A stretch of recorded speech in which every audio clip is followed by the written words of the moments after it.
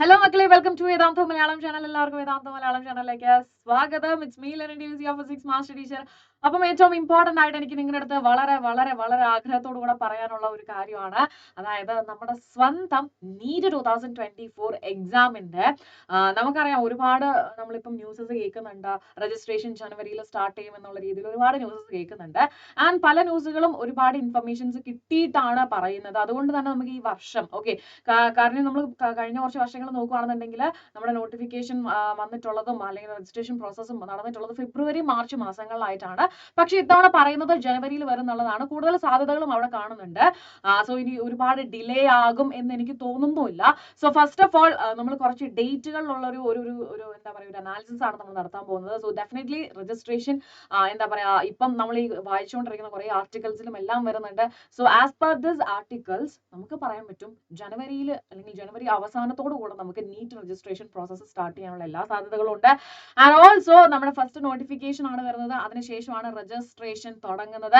And അത് almost ഒരു എന്താ പറയുക, ഒരു 2-3 വീക്സോളം അതിന് ഡ്യൂറേഷൻ ഉണ്ടായിരിക്കും. ആൻഡ് വൺസ് ആ രജിസ്ട്രേഷൻ പ്രോസസ്സ് സ്റ്റാർട്ട് ചെയ്തിട്ടുണ്ടെങ്കിൽ വിത്തിൻ എ വീക്ക് നമ്മളിപ്പോൾ എന്തെങ്കിലും മിസ്റ്റേക്സ് ഒക്കെ ചെയ്തിട്ടുണ്ടെങ്കിൽ അതൊക്കെ ഒന്ന് സോൾവ് ചെയ്യാനായിട്ടും ഒരു പെർട്ടിക്കുലർ ടൈം നമുക്ക് തരുന്നതായിരിക്കും. സോ അതാണ് നമുക്ക് ഫസ്റ്റ് എന്താ പറയുക ഇമ്പോർട്ടന്റ് ആയിട്ട് മനസ്സിലാക്കേണ്ടത്. തെറ്റ് മിസ്റ്റേക്സ് വന്നതൊക്കെ നമുക്ക് എന്താ പറയാ വീണ്ടും വീണ്ടും കറക്റ്റ് ചെയ്യാനുള്ള ഓപ്ഷൻ വരുമെങ്കിലും തെറ്റാതെ ചെയ്യുക എന്നുള്ളതാണ് നമ്മുടെ ഏറ്റവും വലിയൊരു റെസ്പോൺസിബിലിറ്റി എന്ന് പറയുന്നത്.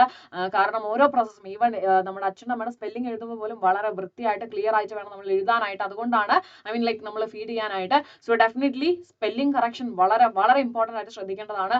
അതുകൊണ്ട് ഒരു കറക്ഷൻ വിൻഡോ വരുമല്ലോ, അതുവരെ വെയിറ്റ് ചെയ്യാം. അതുകൊണ്ട് എനിക്ക് ഈ എന്താ പറയാ രജിസ്ട്രേഷൻ വളരെ ഈസി ആയിട്ട് എന്താ പറയാ നമുക്ക് അങ്ങനെ എന്താ പറയാ ഒട്ടും സീരിയസ്നെസ്സോട് കൂടെ ചെയ്യാതെ ഒരിക്കലും ഇരിക്കരുത്. സീരിയസ് ആയിട്ട് തന്നെ കാണാം. വെറുതെ നമുക്ക് ടെൻഷനും കാര്യങ്ങളും, കാരണം നമ്മളെ തന്നെ എന്താ പറയാ ചുറ്റിനുള്ള ആൾക്കാർ പറയും അത് കറക്ഷൻ വിൻഡോയിൽ ചെയ്യാൻ പറ്റുമോ ഉറപ്പൊന്നുമില്ല കേട്ടോ. ചുമ്മാ ആവശ്യമില്ലാതെ നമ്മൾ എന്തിനാ ടെൻഷനും പ്രഷർ എടുക്കുന്നത്. നമുക്ക് വൺസ് ആ ഒരൊറ്റ പ്രോസസ്സിൽ ചെയ്ത് തീർന്നിട്ടുണ്ടെങ്കിൽ കഴിഞ്ഞല്ലോ. സോ രജിസ്ട്രേഷനിൽ നിങ്ങൾ എന്തെങ്കിലും മിസ്റ്റേക്സ് ചെയ്തിട്ടുണ്ടെങ്കിൽ നിങ്ങൾക്ക് എന്തായാലും ഒരു 1 വീക്കോളം ആ ഒരു കറക്ഷൻ വിൻഡോ ഓപ്പൺ ആയിരിക്കും. അതിൽ നിങ്ങൾക്ക് ചെയ്യാനായിട്ട് സാധിക്കും കേട്ടോ.